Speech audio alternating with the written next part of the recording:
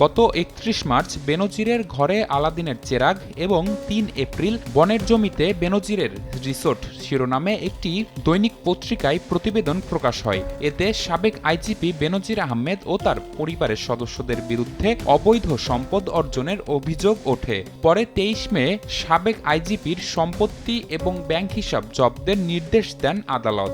যদিও ৪ মে পরিবার নিয়ে দেশ ছাড়েন পুলিশের সাবেক এই কর্মকর্তা।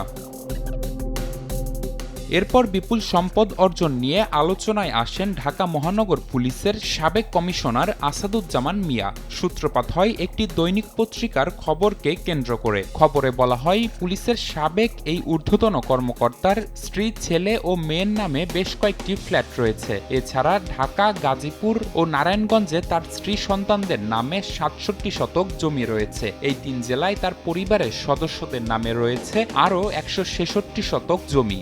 নগদের কাছে সব গ্রাহকই প্রিয়, তাই তো সারা দেশে ক্যাশ আউট চার্জ সবচেয়ে কম। সাম্প্রতিক সময়ে গণমাধ্যম ও সামাজিক যোগাযোগ মাধ্যমে পুলিশের সাবেক ও বর্তমান সদস্যদের নিয়ে ধারাবাহিকভাবে প্রতিবেদন প্রকাশ নিয়ে মুখ খুলেছে Bangladesh police service association BPSA। তীব্র প্রতিবাদ জানিয়ে বলা হচ্ছে, প্রতিবেদনগুলো আংশিক ও উদ্দেশ্য প্রণোদিত। শুক্রবার গণমাধ্যমে প্রতিবাদ লিপি পাঠানো হয়।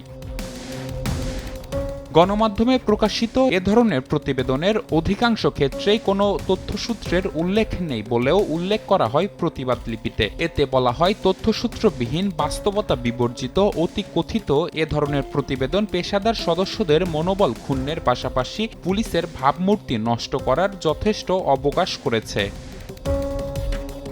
পুলিশ সার্ভিস অ্যাসোসিয়েশন বলছে, রহস্যময় কারণে এক শ্রেণীর গণমাধ্যম অতি সুকৌশলে পুলিশকে বিতর্কিত করে আসামির কাঠগড়ায় দাঁড় করানোর অপচেষ্টায় মেতেছে, যা সৎ সাংবাদিকতার কণ্ঠরোধকারী অপসাংবাদিকতারই নামান্তর বলে পরিগণিত হয়। গণমাধ্যমের এ ধরনের একপেশে আচরণ সাধারণ পাঠকদের সঙ্গে প্রতারণার শামিল। এ ধরনের অপসাংবাদিকতা পুলিশের সৎ, নিষ্ঠাবান, পেশাদার ও দেশপ্রেমিক সদস্যদের মনোবল ধ্বংসের অপপ্রয়াস বলেও প্রতীয়মান হয়, যা তাদের পেশাগত দায়িত্ব পালনের ক্ষেত্রে বিরূপ প্রতিক্রিয়া ফেলতে পারে বলে আশঙ্কা রয়েছে।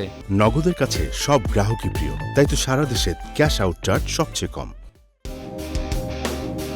পুলিশ কখনোই গণমাধ্যমের কাছে এ ধরনের অপেশাদারী সাংবাদিকতা প্রত্যাশা করে না বলেও উল্লেখ করা হয় বিজ্ঞপ্তিতে। এতে জননিরাপত্তা ও জনশৃঙ্খলা রক্ষার ক্ষেত্রে এ ধরনের বিভ্রান্তিকর প্রতিবেদন প্রকাশ করা থেকে বিরত থাকার জন্য অনুরোধ জানানো হয়েছে। পুলিশ দুর্নীতির বিরুদ্ধে সবসময় জিরো টলারেন্স নীতি অনুসরণ করে আসছে বলেও উল্লেখ করা হয় বিজ্ঞপ্তিতে।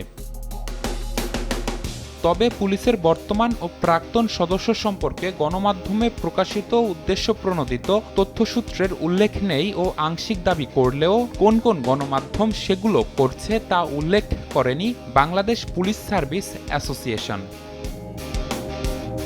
নিবিড় সাহা, সময় সংবাদ, ঢাকা।